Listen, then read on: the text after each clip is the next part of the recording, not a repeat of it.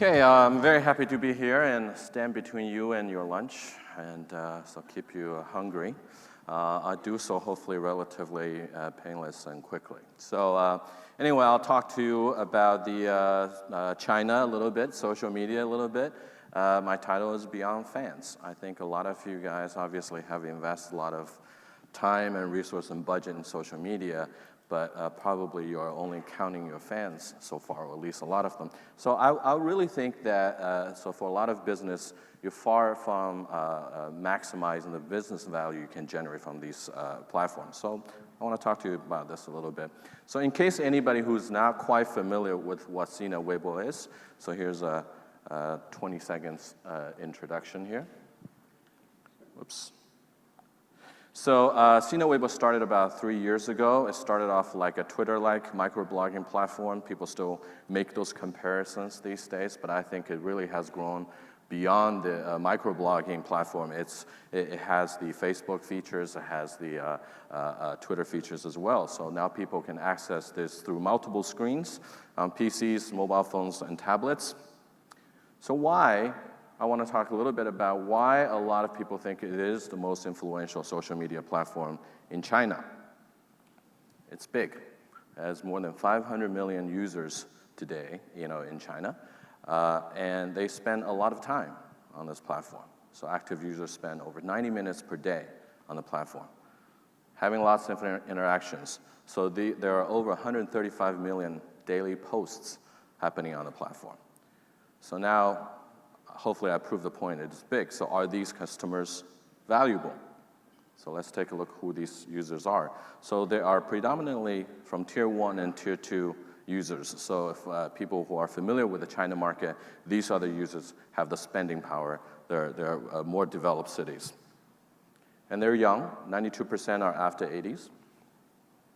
And they're very well educated, 56% have bachelor above degrees. Is this relevant for brand? So now we know who these users are. 85% of the consumers, so this is a study done by Weibo and Beijing University. So 85% of the consumers actively discuss news events, products, and brands with others on Weibo.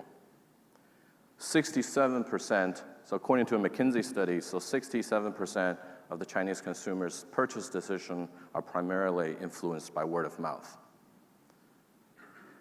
66% of the Chinese social media users follow brands. So they want to hear from you, they want to talk to you, on the social media.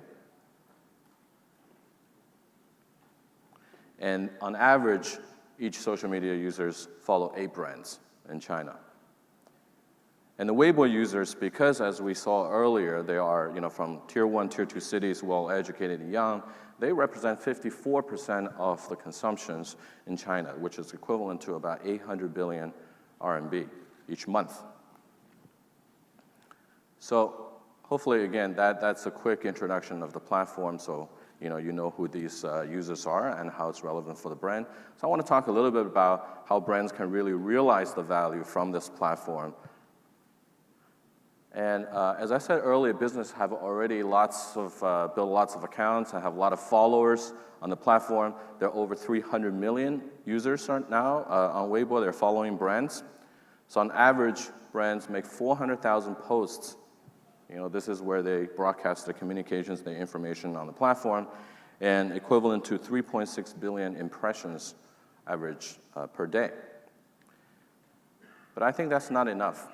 And I think what Ken said earlier, I thought was very interesting, that we didn't compare notes, I promise. But I think he mentioned social CRM and social commerce, and that's exactly the 2 points I want to talk to you a little bit about today. So I think the first thing that brands need to do is turning fans into Bffs. Could be best friends forever or best fans forever. I start to really advocating that concept, and I think that's something that brands need to think more about, is through the social CRM power of that, and not only just counting your fans, but really turn them into your loyal fans and loyal customers. And secondly, and convert them, right? So the platform right now, I'll be talking about that a little bit, has provided the tools for brands to actually convert these consumers, convert these fans, convert your Bffs into actual buyers. So first, let's look at the fans into BFF part, the social CRM part. So a couple of points I want to share with you. First of all, I think when you think about talking to these consumers on this platform, on Weibo, it's not just about fans. Although a lot of brands, they're counting, oh, we have 100,000 fans, we need to drive another campaign to do 200,000 fans. But I think it's not just about fans. So within fans, some are active, some are less active, some are engaged. So, first of all, you absolutely want the engaged fans, people, these fans who are engaging with the content and talking to you actively. But on the second layer, what I want to bring to a lot of brands' attention is what I call is right now the engaged non-fans. So what does that mean? So people, because it's a social media platform, when people forward, comment, and make content, their fans, their friends can also see that and repost that. So we've done a quick data poll. So out of about 80 brands, for every single engaged fans, there are on average, three engaged non-fans. What that means is every time when you make a post as a brand, right? So your fans, they will see it, someone will retweet it, repost it, and then after they repost it, on average, 3 of their friends will also see it and repost it and comment it. So a lot of times brands are not paying attention to that. So these people, the engaged non-fans, have also been exposed and interacted with your brand content. So that's also very important. And outside of that layer, I think again, among the 500 million users that we have on the platform, there are a lot of other potential target audience out there existed for your brands, right? Based on the different information, you can find them. So again, when you go back and look at the account of how many fans that you have, just think that you're only really still looking at a very small portion of your target audience on the platform. Second point I want to talk about is how do you think about increasing the share of engagement? It's not just to say how many reposts and comments that I have with my brand content, but also the share of that. So on Weibo, as I shared earlier, there are a lot of interactions going on right now. And then within that, consumers are also interact with brands and maybe your industry, your competitors. We've also pulled some data, so even your fans, they're not just having a exclusive relationship with your brand. Right? For Nike, they're also interacting maybe with Adidas, with other brands and all that stuff. So that's industry-related engagements. So within that portion, right, that's your brand-specific engagements. And your goal is actually to increase that share of the consumers, interact with more with your brand and less with the competitors. So do so, you need to expand the type of engagements that are available for them. So, again, I think in Weibo 1.0 or social media 1.0, brands are mainly still focusing on conversations and dialogues. But I think right now you will see there are more interactions that's available, that interactive behaviors that you can have with these consumers, building the relationship through the social graph and actually make purchase. So all these are type of engagements that you can have with these consumers. Next point, note them holistically. So when we talk about social CRM, when we talk about data-oriented targeting and things like that, people start to think about the old world that you have the phone number, you have the address, you have the purchase history. But I think on social media, you have more data available for you. What about their interests? Based on what they talk about, what they clicked on, what they have looked at, their social graph, their friends, what other brands that they follow, what other kind of events that they participated, and then social interactions, as I described earlier, with your brand. So looking at all these data holistically, I think then you get to know your customers more holistically. So next point I want to emphasize a little bit as well is I think brands need to start thinking about their consumers in two-dimensional space, in 2Ds.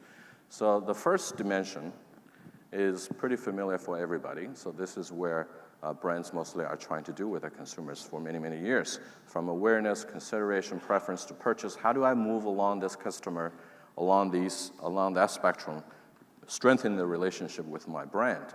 However, I think in social space, there's another dimension that a lot of times brands are not thinking about. What I call is the social role for your brand. So what that means is every consumers, they're not just have that one-on-one relationship with your brand anymore. Because in that social space, their opinion, what they say, what they think of your brand, their interactions with your brand content, with your product can influence other people. So they play a different kind of role for your brand in that space. Some are passive participants. Not everybody is going to be your advocate and speak for your brand, but they will still be on the receiving end for your brand content. But there are a lot of other consumers out there. They're active participants. They might even create original content that's relevant for your brand. They will add your account, want to have a dialogue with you. And some are obviously the key influencers who has a very large influence powers in the social space. What they say, what they do can influence a lot of people. So the point of knowing this or viewing the consumers in these two-dimensional space, I think is for brands, you need to think about not just how do you move them along and get them closer to your brands, but also what kind of content, what kind of interactions that you should give them to empower them to be that social voice, to play that social role for you on the platform. So here are just some examples, right? So, from the platform perspective, so we are developing a lot of other products that enable brands to do that. These are some of the advertising tools. Some are more similar or looks like the traditional advertising products. Some are more subtle, that's blended into the feeds, that is recommended accounts and all that kind of stuff, that these things help brands to reach their target audience. And then in the feeds now, that we're developing these targeted feeds that you can specify this feed that only goes to a specific segment, let's say, within your consumer, within your fan base. And there are different apps and pages and things like that you can do on the platform. And then more beyond that Weibo is really we're developing an ecosystem, an open platform, so allowing a lot of outside developers and websites and apps to be connected to the platform itself. Okay, so the next section, I will talk a little bit about the social commerce. Right? So a lot of brands have used the platform to drive traffic. But I think now there's another option that you can think about is how do you sell direct? Let's take a look at some of the brands, some of the stats that we have seen in terms of brands using the platform to drive traffic to their own e-commerce site. So this is one for 2012. So a lot of these highlighted bars in the red box, these are key e-commerce sites in China. So for like Taobao and Tmall, so these the top number one e-commerce destination in China. On average, for every URL people posted on the Weibo platform, that can be a product, links to Taobao, or many different kind of products. On average, there are 20 clicks for each URL. And here's another example that in 2012, I think around September time, a couple of large e-commerce sites started this price war thing, and they want to lower the price and to see we have the most competitive price.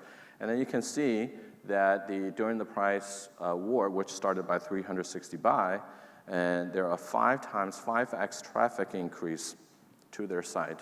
And that's all basically through the buzz and the people talking about the price war on Weibo. November 11th was the Singles' Day in China. And so Taobao actually turned this into, last year was the second year, into a big shopping day. So, if you are with someone, you can buy something for the other person. If you're not, just buy something for yourself.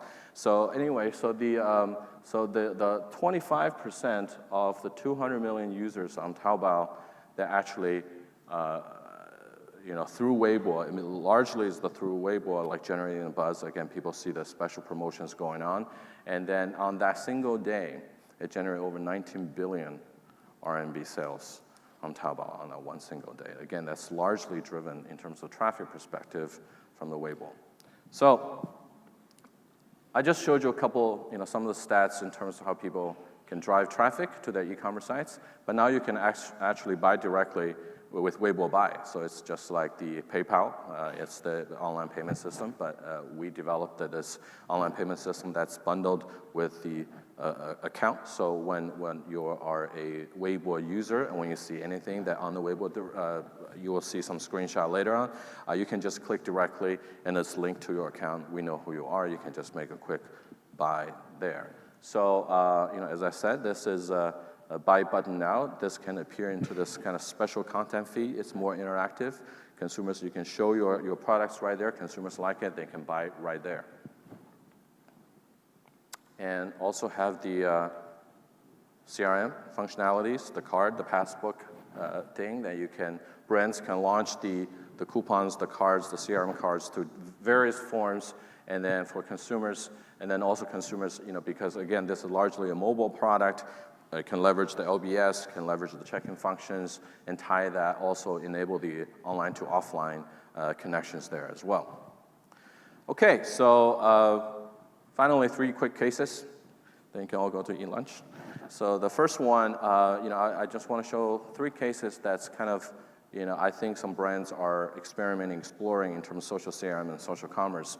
And the first one is from Johnson Babies. And I think this one, I'll play a quick video. You will see how, Johnson's Baby, that they use based on consumer insights and leveraging the Weibo, the APIs, the build of the APPs, and the whole campaigns built around this. Can you please roll the video, please? What is a work and pump mom? In China, over 50% of moms work and pump when they return from maternity leave. But there's a shortage of designated spaces at Chinese workplaces to pump. So Chinese moms have to hide in offices, storerooms, vacant conference rooms, or restrooms to pump milk for their babies. With no adequate place to pump, some working moms abandoned breastfeeding entirely. So when Chinese moms expressed outrage over the scarcity of spaces in Chinese workplaces throughout social media, Johnson's Baby China listened and partnered with Chinese moms to create a solution. The idea is to rally the entire society to set aside spare space for work and pump moms, so as to call for love for the moms and babies, and to educate companies about the plight, inspire moms to help each other on iMom community and workplaces to act by leveraging the scale of Weibo, China's most active social media platform, Youku, China's biggest video site, and China's top 3 mom and baby sites.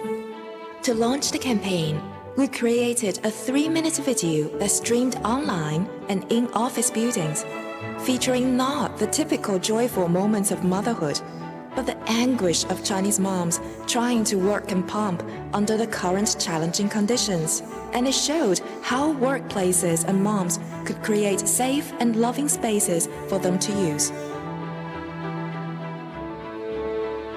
On the official Weibo page of the iMom community, thanks to Johnson's Baby China, moms can request a reusable post-it, which can be attached to the door of any vacant space and turn it into a temporary nursing room.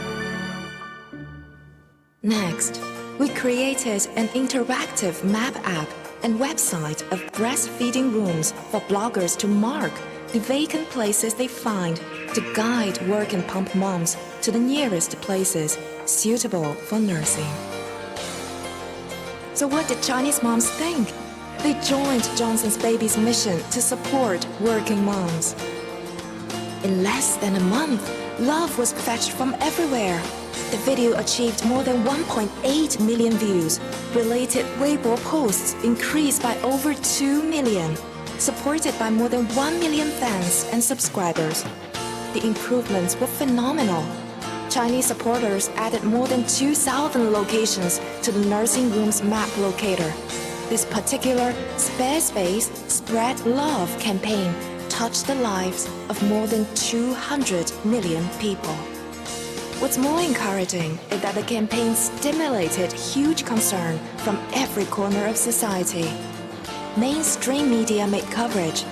Companies developed special areas for work and pump moms, and NGOs and NFOs that pursue female welfare also responded passionately. The campaign raised unprecedented concern and support to work and pump moms by not only listening to moms, but taking action to solve the dilemma.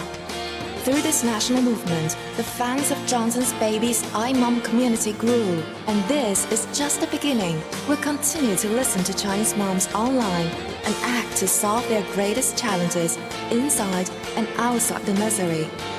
Johnson's Baby, pursue the best together with moms. Okay, hope you're enjoying that one. And so quickly, the rest two are social commerce related. So Xiaomi smartphone, this is a upcoming new smartphone brand in China. So they actually create a lot of buzz in the society as well. They launched a sales debut, the Xiaomi 2 smartphone at the end of last year. So this is here are some of the results. So 50,000 phones were sold out within about five minutes, and it received 13 million pre-orders, 23 million posts about this, and 81,000 comments. And the Xiaomi account actually through this campaign, in terms of the fan base, grew over 1 million new fans during that period as well. And it's a pretty simple, straightforward campaign. December 17th, I'll start building the buzz. On Weibo, a lot of people talk about it. They buy some media, on Sina as well. On the 19th, it was the pre-order. Again, the pre-order was pretty much done after 5 minutes because it's all gone.